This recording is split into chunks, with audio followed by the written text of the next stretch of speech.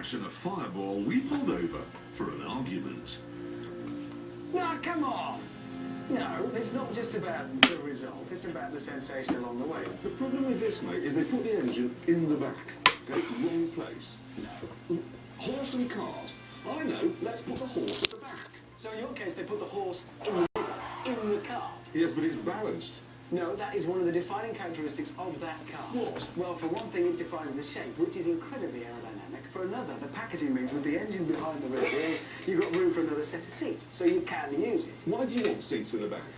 I took the kids to school in that this morning and drove straight here. Well, I didn't. So who's the daddy now? I said, kids, you're going to have to go with your mother because I've got no seats. Why has he got silly grey bits there? Having resolved nothing, we decided to settle it intelligently with a half-mile drag race.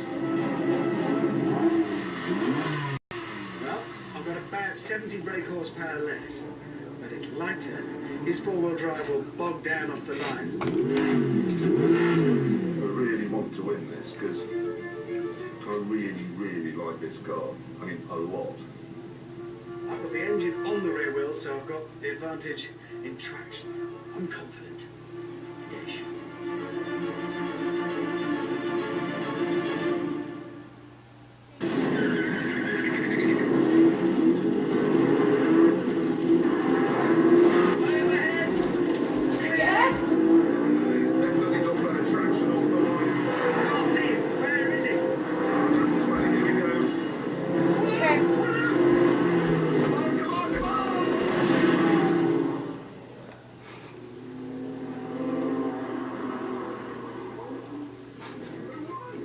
Yep.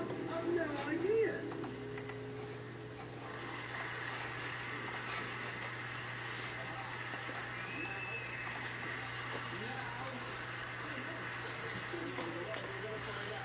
Can we see a slow-motion replay of that finish, please?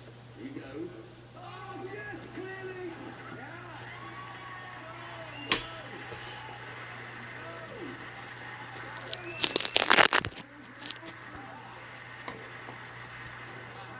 But very soon, there's going to be a V10 version of this.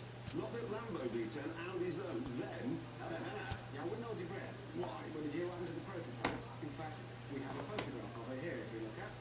That's on fire! There it is. It's going on just steam.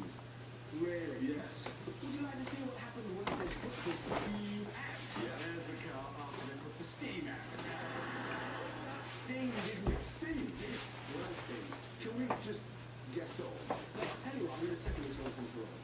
I'm going to put it to the audience. I'm going to hold a general election right here, right now. I am. Are you sure that's a good idea? This is a very popular car. There's a £30,000 premium on it at the moment. You go ahead and do it. Actually, no, I've suddenly decided that a general election right now is a stupid idea. Why don't you just stay where you are and nick all my ideas? That's a good idea. Yeah. In fact, it was my idea to do just that. So it's a brilliant Fantastic car. I'll set it up on the start. We must now find out how fast this goes around our track, and that means handing it over to our team racing driver. Some say that he's banned from the town of Chichester, and that it's in a recent late-night deal. He bought a slightly dented white Fiat Uno from the Duke of Edinburgh. All we know is he's called the Stig. And he's off. Track looking a bit damp today at the time as he powers down now to the first corner. Lights twinkling like a walrus sail there. But very smooth, very flat. Oh, lovely.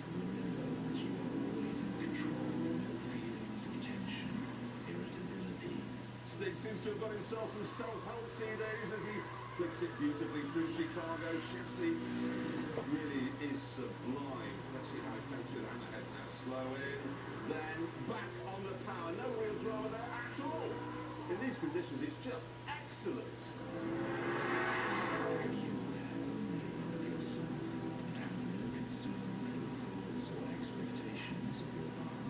Relax, straight through the follow-through, no problem. They have the same engine as the magnificent RS4. This is so much more than Edward dances through the tyre wall. Okay, 2 corners left. Staying level and focused. There isn't a single moment's drama in it. Warming him up at the apex, and there he is, across the line.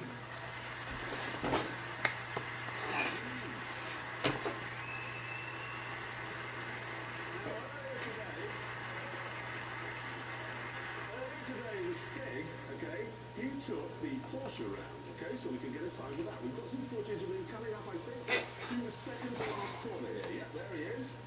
What do you make of this, Richard? Very good, very good. Very strong stuff, as I'd expect. No!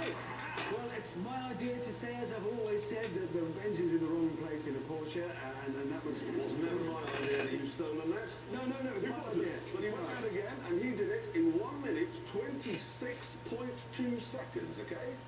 Then he went out in the Audi. 1 minute, 24.4 seconds. I predicted that from the start, obviously. Will you now admit that that is a better car? Yes, I did. Yes!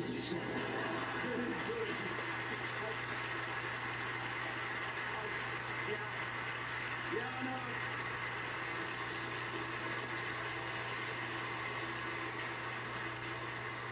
And now the news. I'm afraid we begin with an apology. We are unable to bring you Jeremy's road test of the Ferrari on the moon. Yeah, unfortunately, we've had a call from the Director General of the BBC. He said he had 1 or 2 issues with it. I think it was the bit at the end when the Queen stormed off the moon.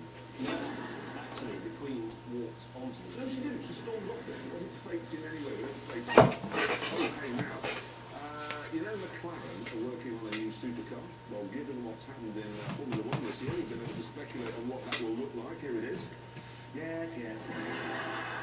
So that's a 430 Scuderia, isn't It it? is, Right. yes. And that's a kind of a new version of the 430, and it's a bit lighter than the standard car, a bit faster. And you've got the flattened padded gearbox on it, but it changes gear even faster, which is all great, but it costs £28,000 more than the standard 430.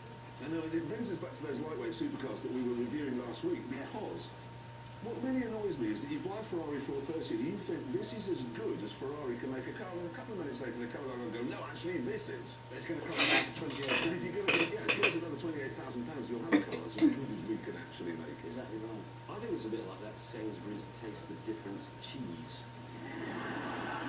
It's not cheese. Hold on a minute. No, it's not like cheese. That's not cheese. This is an analogy. You go to Sainsbury's and you see cheese, and it costs a certain amount of money, but then next to it there's Taste the Difference cheese, and it's a little bit more expensive, but it tastes really nice. Need a bachelor life. No, but what I want to know is, why don't they just make all the cheese like that?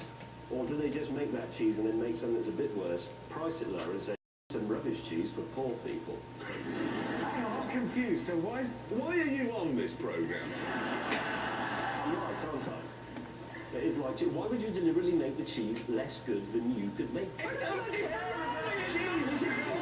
They deliberately made the F430 less good than they know it can be, so they then bring in a more expensive one and put Taste the Difference on it and sell it in Sainsbury's. Well, they don't actually do that. No, you confuse yourself, you poor old girl. Is it? Sorry, I'm moving it on. James has plainly gone quite mad. We're getting back to cars, because that's where we're supposed to be. There's a new mini estate car coming along. They're calling it the Clubman. It's got 5 doors, but they're not where you might expect. We've got a picture here, look. We've got 2 at the back. When you close those, there's a big line down there at the centre of the car, so you can't see out the rearview mirror. Then you get 2 on this side and 1 on the other, and you can tell it's German. How? Because if you pull up in Germany with that, okay, to let your children out of the back, the only back door, they're on the curb, but they don't switch it round for right-hand drive. So if you pull up in Britain, open back door to let the children out, they're in the middle of the road. So what they're really saying is British children are less important than German children. It's the advertising slogan for that car. Is it? No. I think that's a bit like Tesco's own brand bean. There you go. Yes, mate. You sit in your armchair, love. They'll be round in a bit.